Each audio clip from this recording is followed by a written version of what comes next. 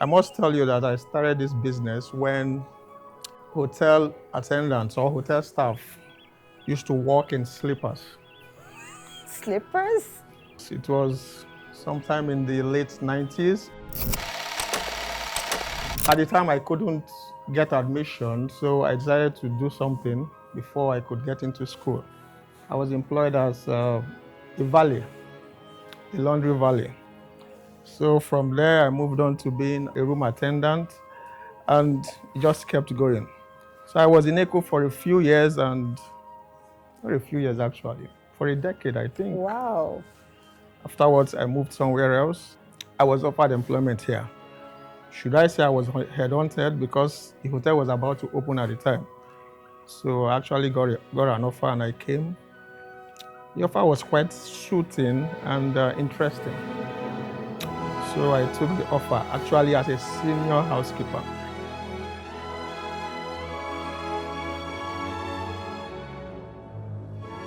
Hello, my name is Salome Danjuma. Welcome to our podcast, where we're uncovering the secrets of the Wheatbaker Hotel and generally the hotel industry.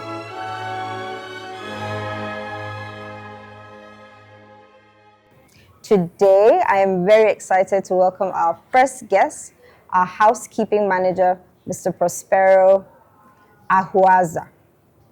Interesting thing to note about Mr. Prospero is that he was literally the first person I worked with in the hotel industry. My first department was the housekeeping department, and when I went to work with him, I remember the things he said to me. He said the housekeeping department is the heart of the hotel. And with that, he taught me that we weren't just cleaning. Our job was very important. And it is his genius mind that we're going to be asking a few questions today, especially as they've started a new campaign that they do free laundry. So, I mean, anyone who stays at the Wheatbaker gets completely free laundry. I mean, it sounds crazy. But here he is. I would love to introduce you to Mr. Prospero. Welcome. Thank you, Salome. It's a pleasure to be here. I'm so glad. So tell us a little bit about yourself. How did you get into the industry? Tell us the trajectory of your work life and how you've come to be Wheatbaker. Wow. That will be a very long story. Very long story. We have time. And I must tell you that I started this business when hotel attendants or hotel staff used to walk in slippers. Slippers? Used to walk in slippers. It was sometime in the late 90s. And so somehow, at the time I couldn't get admission, so I decided to do something before I could get into school. So a friend of ours, a family friend, now introduced me to somebody in a co-hotel. Wow. So that was where this business started from. So my career actually kicked off from Eco. At the time, I was employed as a valet, a laundry valet. So from there, I moved on to being a room attendant, and it just kept going. So I was in Eco for a few years, and not a few years actually, for a decade, I think. Wow. Afterwards, I moved somewhere else, and from there, permit me not to mention where I moved to yet. We won't ask. So from there, I moved to, I was offered employment here. Should I say I was headhunted because the hotel was about to open at the time? So I actually got an offer and I came. The offer was quite shooting and interesting. So I took the offer actually as a senior housekeeper. Wow. I wanted the position of assistant executive housekeeper. Unfortunately for me at the time, my colleague, an ex-colleague in Eco, had the job and I didn't even know she was here. So after my interview with the HR consultants, they introduced me to the executive housekeeper. And during my conversations with her, she now told me that I was going to be working with somebody who had worked with me in Eco. Small world. So I had to ask who it was. And she told me. I couldn't believe it actually. But it was worth it. because we had a good relationship, and even coming here was I think it was divine to say, because we've always had a very seamless relationship, working in Echo and coming here also, and I would say she was my predecessor, because she eventually became the executive housekeeper, and at some point she had to move on, transitioning. So yeah, I am today Wow. the executive housekeeper of the Wheatbaker. So you said some amazing things. So I'm going to ask you two questions off the back of that. How long have you worked in the Wheatbaker? And the second question is, you mentioned relationship, good relationship. It seems like it's an important value for you in the work environment. Could you do more into that? So relationship is key, especially in the place of work. And one of the many reasons why I would say that is because we spend most of our time at work. Yes, these days the world of work is evolving. You see people working from home and all of that. But when I started this business, you have to work from site. So working from site and being at work for 8, 9 hours, being in transit for 3 hours, that's already taking half of your day. So you can imagine when you're getting home at night, you don't really have time with your family, right? So you spend most of your time at work with people at work. Sure. So you can imagine if you aren't keeping a good relationship with them, how would it be at work? So that's just on the side of friendliness, right? But professionally also, if you don't have a good relationship with people, that could be a snag in operations, because everybody wants to outdo the other. And what that means is people are always in unhealthy competition. You understand? So relationship is very important. And you can imagine if I didn't have that kind of relationship with Folake. Folake is such a loving person. You know, when she got to know that I was going to work with her as the senior housekeeper, she called me in the house and said, Prospero, when are you resuming? I can't wait to have you. Wow. And I said, unfortunately, I have things to take care of within the week. I can't be there early enough for you. I would come in sometime next week. But she couldn't wait to have me at work, right? So, and that's something personally I've also tried to encourage. And it's something I have been able to create at the Wheatbaker, especially in the housekeeping department. You know, you have to make sure that people they become cohesive working with each other. That's the only way they become passionate about what they do. When you find the interest of going back to work each day, that's the only way you can drive your passion. Or if you wake up in the morning and you remember that you're just going to work with somebody who is going to be a pain in your neck.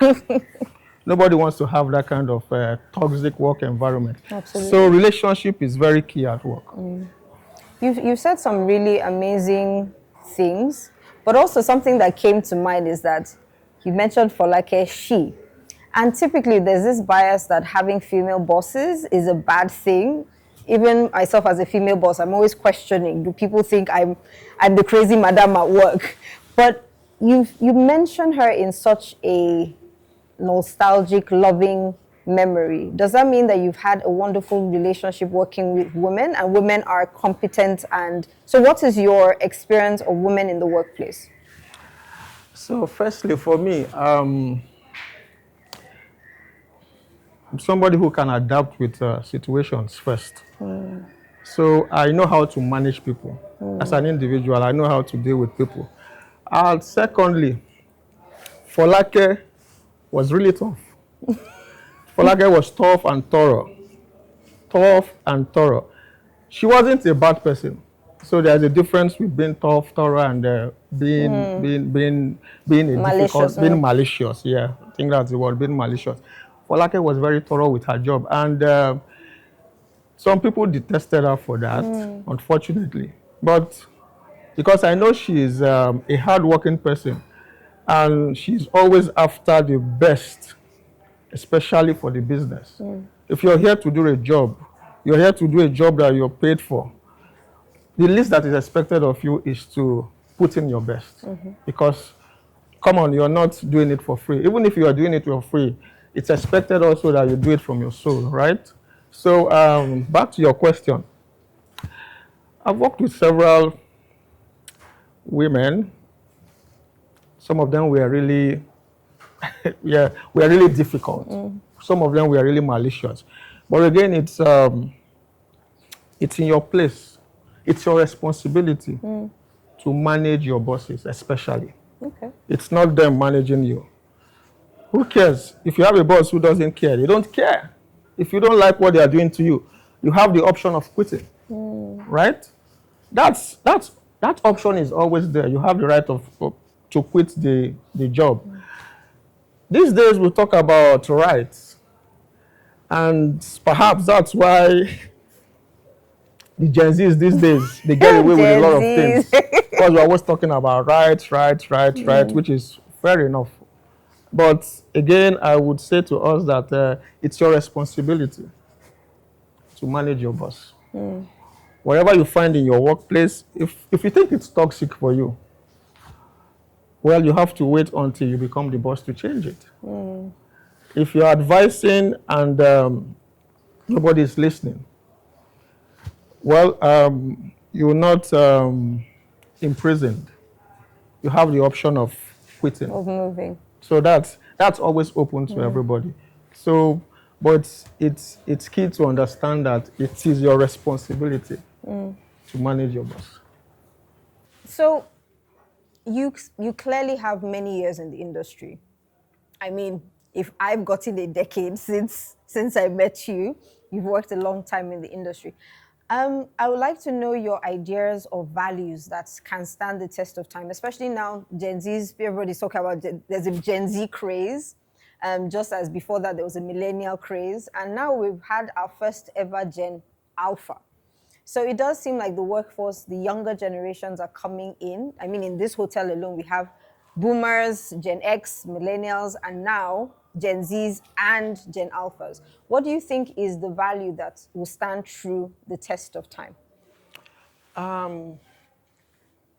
Let's talk about two. Hard work. Well, that would be a general answer anyway. That's quite generic.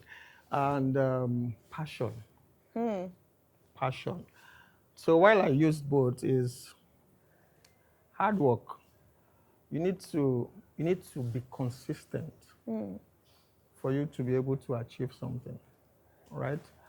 And that's something that's almost lacking right now. People get into jobs because at the moment, they think that they need the money, right? It's not like they really want to make a career out of it. But when you become passionate about it, you see that it's something it's something that you've chosen to do, it's something that you like. You pour out your soul into it, right? When you become passionate about what you're doing, you keep driving, you keep moving. You become so dedicated that you want to make sure that you achieve everything there is to achieve, right? And you're not just leaving it there. So those are the two key values I would really like to share: hard work and passion. There could be other values, but those are they are very personal to me. So and So we hear passion a lot. It's one of my favorite words. If you check the etymology of passion, it actually means to suffer. So are you saying that whatever you're willing to suffer for is ultimately that, are you coming from that point of view, or what exactly when you mean passion? How does that translate for a young person out there? so for a young person, my definition of passion will be interest. Interest, okay. Interest. How much interest do you put into it? And your interest also could be propelled by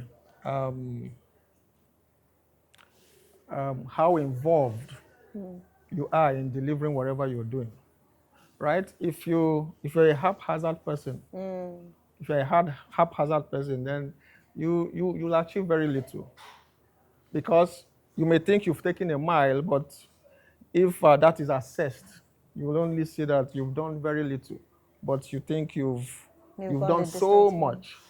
And this could be as a result of the kind of interest you put into it, right? When people do things haphazardly, it's difficult to find any. It may not look appealing at the end of the day. It may not look appealing to take, for instance, you're serving, you work here, right? It's expected that the service you render should be excellent, exquisite to every individual that works in here. Not the number of people, but the number of people that are actually satisfied with your service, right? But if you're just looking at the numbers, you could do 100 covers. This is a coffee shop. You could do 100 covers, and of the 100 covers, just 50 persons we No. are happy with your service, right? To you, you're looking at the numbers, 100. But again, if you want to look at how many customers you've been able to please, that reduces your number. And it is the number of customers that you're able to satisfy that determines if they would come back. That's called repeat business. You may not have that because they've tried you and they are not convinced. But for you, as long as you've made 100 covers, it's fine for you. But again, remember that if the numbers continue to dwindle, you won't have a business. Very true. You won't have a business. Very true. So passion for me is about interest and not the definition you've given it, Not to suffer. not to suffer. Okay.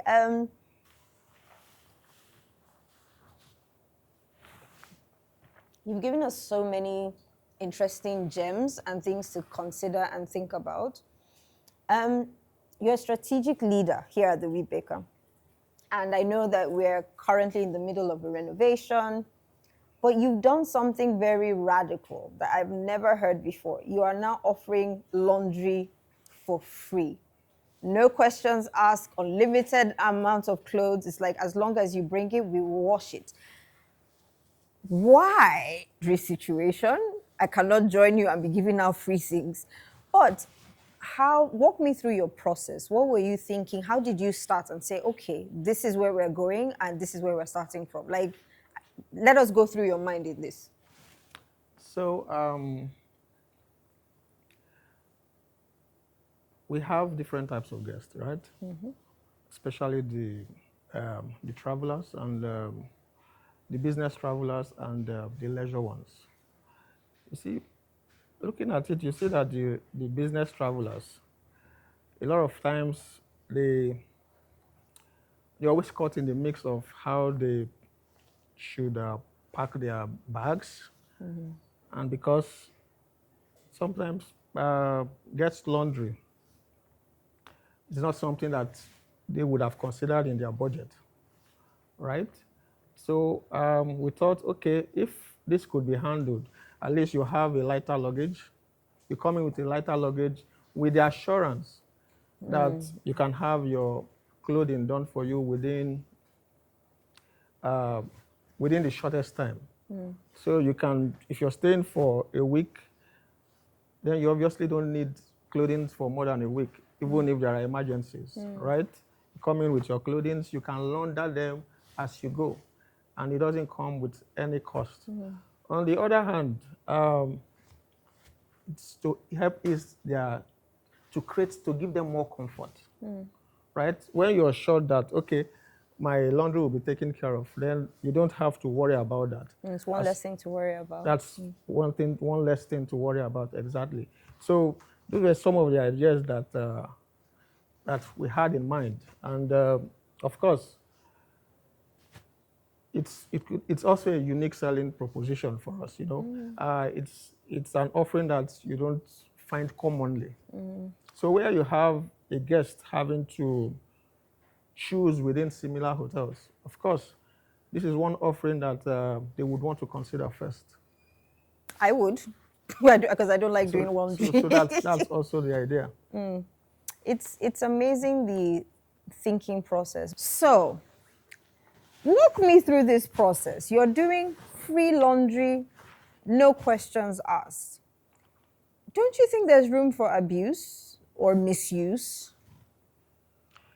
As much as, thank you for the question. As much as that could happen. And if people are going to leave their houses to come and stay in our hotel, we're a premium hotel. If they are going to leave their houses to come and stay in our hotel because they want to launder everything in their house, They must be very rich. they must be very rich, exactly. So they are welcome to do that. You're welcome. Come with your laundry. You're welcome to do that. We are open to do it for you free. You mentioned about team spirit earlier and working a cohesive unit. In the process of making this transition from paid to completely paid and to completely free, Complimentary. which other units did you have to pull in to work with in achieving this goal? I'll start from the department, the laundry, because they are the ones that will be having the workload. So I had to do some convincing.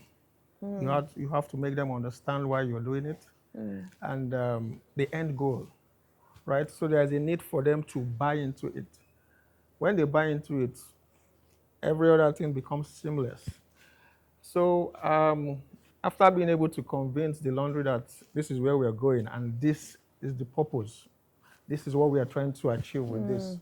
The other department I had to speak with was, I had to deal with was the front office, reservations. And the reason is because they communicate with our Yes. with our guests more.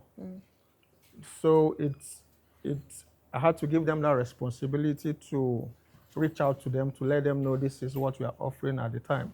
And sales too had a role to play in it because they also deal with our corporate guests. And it was important to put it out there that this is what is coming or this is what we have now. You can take advantage of it. I don't think you will find it anywhere at the moment. Maybe it is, but for a premium hotel to be doing that, I think it's a perk you should take advantage of. Amazing. In the process of going from paid to complimentary, what was the biggest challenge for you?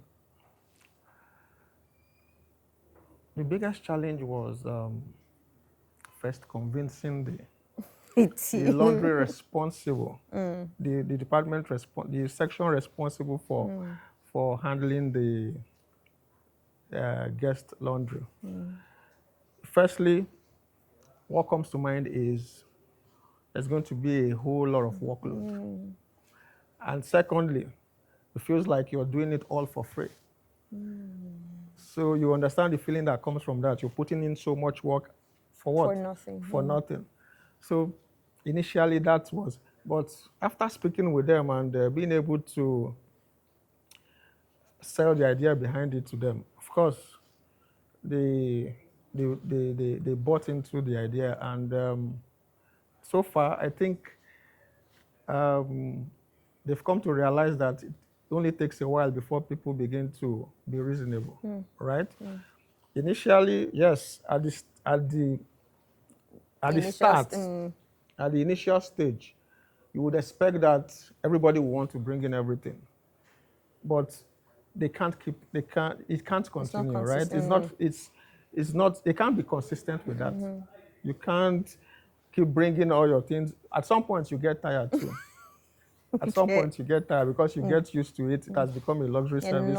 So if you can afford to stay here, why then behave like somebody who is coming for the first time and wants to enjoy every possible Like it's going to finish. It's not going to service. finish. So it's not going to finish. As long as the Wheatbaker stays open, our complimentary laundry service remains. That's amazing. So something that stayed with me after our very first meeting, you may not remember, 13 years ago, was when you were talking about the housekeeping department being the heart of the hotel. And I remember just wondering, why is this man so proud of cleaning? What made you get to that resolution? Because now, many years later, I still remember it. I feel an emotion, but I still remember how passionately you spoke about your job and your work, the work that you do in this hotel. So How did you get there to get to that kind of resolution? Thank you. When you asked me about values, it said something about hard work and passion. Passion. Actually started as a valet. And after a while, my executive housekeeper, Isabel, she's French. I don't know what she saw in me. So she picked up a different kind of interest in me. And she decided to be a mentor, right? She was a very detailed person. And she had to move me from the laundry to housekeeping, where I became a room attendant. So what I discovered is people don't take up that job. People don't take up the job of being housekeepers. It's usually for dropouts, people who didn't go to school at the time when I started this business. So what you find is people coming to work just to earn a pay, right? And you have people who couldn't even write. Wow. They just come, clean, whatever you tell them to do is what they do, and they go to their houses. So along the line, I realized that for you to really become successful in this, you can actually build a career from it. I started discovering that at a very young age. I was a boy when I started the job. I started discovering that. And I came with a different kind of understanding, mindset, exactly, which was each day you need to do something that makes the job interesting to you. Wow. You need to do something that makes the job interesting to you. Cleaning is not a job you can say you are done. True. It's There's always something there's to always clean. something to clean. You keep going. It's never ending. So in our rooms, you discover that, of course, your supervisors are only a very few of them. But most of them are just like the attendants, who are only interested in what they can see, right? And so everybody does that. Make the bed, does the table, and it's fine. But behind the WCs, now the rooms are finally finished.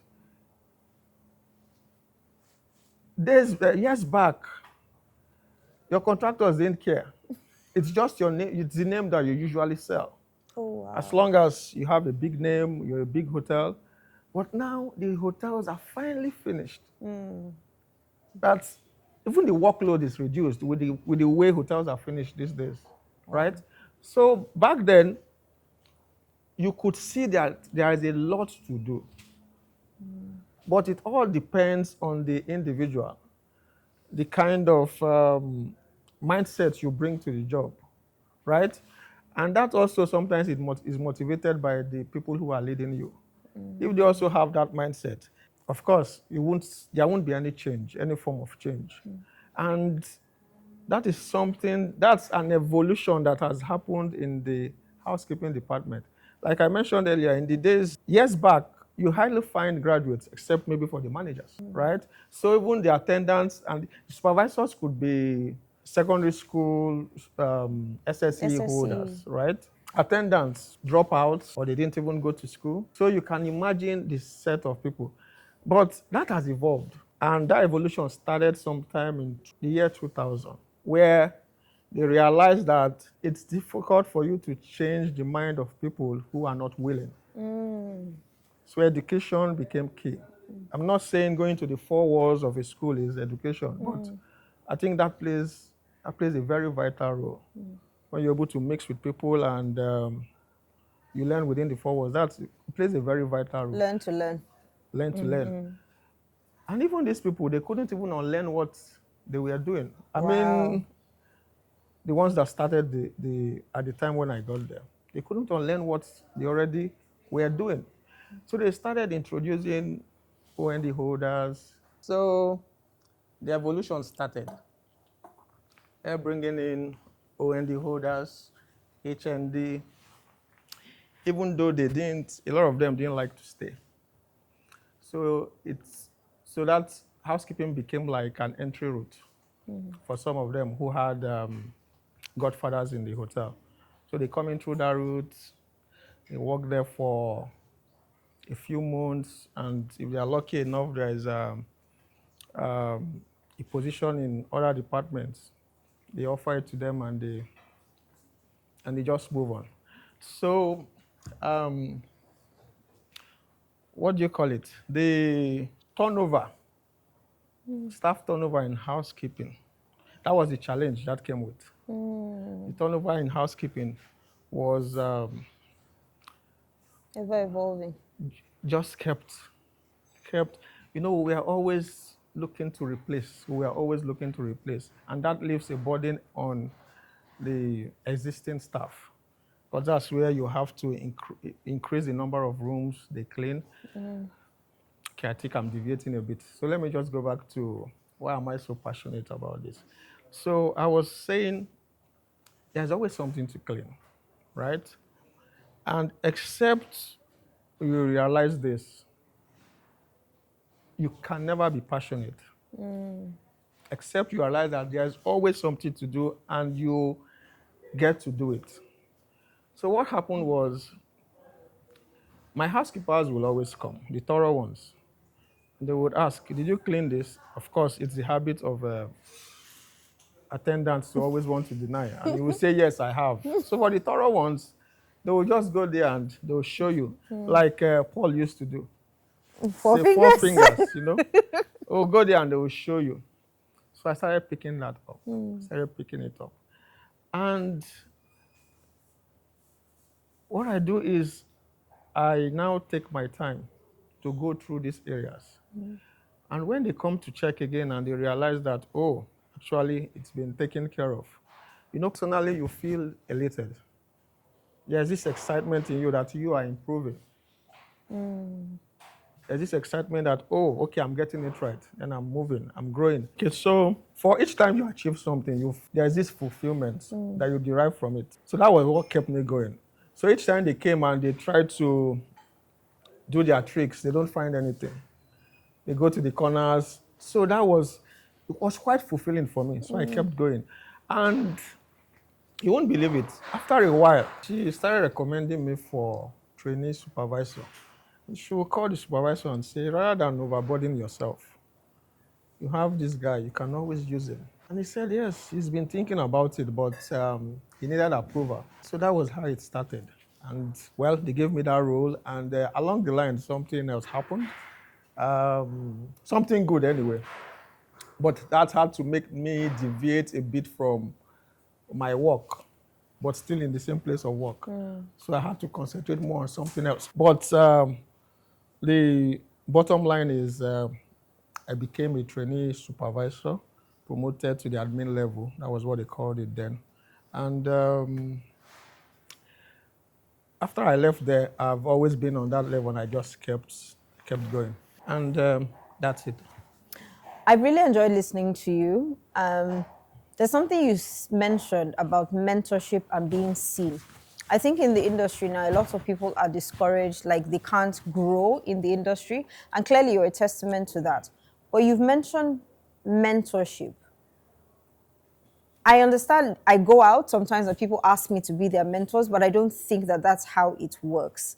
I think it's much better when a mentor finds you and invests in you because maybe they see a little bit of themselves in you. How did you go about getting all the mentors that you have gotten to get to this point? Mentors and promoters, because they were able to usher you forward. So actually, they found me. Yeah, they did. And I think they picked interest in my work ethic. Brilliant. So I think that was what caught their attention, my ethic, my work ethic especially. They saw me as somebody who was really ready to learn, especially on a job that people are Despise. not really interested in. You can imagine finding somebody in that space that is willing So even you as a mentor also, you'll be happy to take up such a person. So they found me. I didn't find them. At the time, I would even say I didn't even know what mentorship was about. But it was in the process that I realized that, oh, these persons have found something in me, and they are grooming me for something. So mentorship, it could be that way as well. You could find some, yes, just like you found me. You could find people, and also for people who are serious-minded, who have decided on, who have chosen a career path, it's also up to them to find their mentors. To approach people who you know are doing very well in that space, right? And of course, if they have the time, they would accommodate you. Absolutely. They would accommodate you. So for my final question of the day, are executive housekeepers made or are they born? Thank you, Salome, for that question. So that question sounds like the chicken and egg question. It kind of is. Now, in my case, I could say I was born a housekeeper. And I will tell you why. My parents were detailed, very detailed. They were very detailed, always looking out to make sure that everything was in place. So I know I picked up that trait from them. On the other hand, I was made. And how was I made? Somebody like Isabel who found me and decided to mentor me, to help me understand what it takes to do what she was doing. Somebody like Mrs. Alimi, Folake, and Charmaine. These are all women. You can imagine, I've always Women worked. supporting men. These persons had to tutor me. I was under their tutelage while I was working, and they took interest in me, and that made it easy for me also to be able to work with them because they knew that they understood that learning is a process, right? All you need to find first is the somebody that is interested, somebody who has the passion. Once that is discovered, of course, it takes a while for people to fit in or become what you expect them to be. So, housekeepers are born. They are made. Like, I have some amazing ones. I won't say they were born, right? But working with me, I've really shown also that housekeepers can be made because I see that they've been able to pick up a lot of the traits that I have, especially as a housekeeper, right? And I used to tell them that whenever I want to introduce myself, I think this is the first place I'm introducing myself as an executive housekeeper. Usually, I would say I am Loma. Usually, I would say I'm Loma. And why I do that is to help people first understand the kind of work I do. The fact that there is an executive in the title does not mean you have an executive office. Fortunately, I'm wearing a tie. So it makes it look really executive. It's very.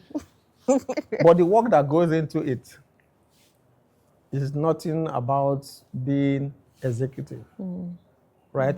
Except for the professionalism you show. And that has to do with doing your job well. So that makes you the executive, actually. Absolutely. When you're able to deliver, you're able to do your work well, you're able to get people to do it the way it should be done. So that's where the executive comes in, actually. But on the floor, there's nothing executive. It has to be hands on deck. All hands must get dirty to have it done. So they are born and they are made. So they must have the raw material to be able to be made. Sure. Well, I'm very grateful to have sat down with you, Mr. Prospero, today. Thank you for your time. Thank you for your wisdom. You've given us so many things to think about, so many things to dwell on. Thank you so much. And hopefully we get to do this again. Yes, I'm open to it. Thank you. Great. Thank you, Salome. Thank you. It's been a pleasure. It's been a pleasure. Thank you. Thank you. Thank you for joining us at the end of our Uncover. So, where can people find you if they want more information about you, if they want to ask you any more questions? You'll find me on LinkedIn with my name, Prospero Ahuaza. Amazing. I think that's the easiest place you can find me. So please, if you have questions, if you're currently a housekeeper, potentially want to become an executive housekeeper, he's the person to speak to. Look forward to connecting with you. And you could also find me on my LinkedIn, Salome Danjuma. Thank you again for spending this time with me. It has been an absolute pleasure. It's a pleasure. Please, my name is Salome Danjuma, food, beverage, and spa manager here at the Wheatbaker. If you have any questions, comments, please put them down in the comment section so that we can keep in touch and we keep vibing and have all these wonderful conversations. Also, remember, so Prospero has told you, if you're staying with us, you get complimentary laundry. No questions asked. If you like, bring three Ghana Mosgos. We got you, or 3 suitcases, because we're bougie like that. Ultimately, we can't wait to have you in our coffee shop, which we're doing this podcast from, or in our spa, and in all the many wonderful places here at the Wheatbaker. If you'd like to connect with me, you could follow me on LinkedIn, Salome Danjuma. I look forward to our next conversation and to serve you. Thank you.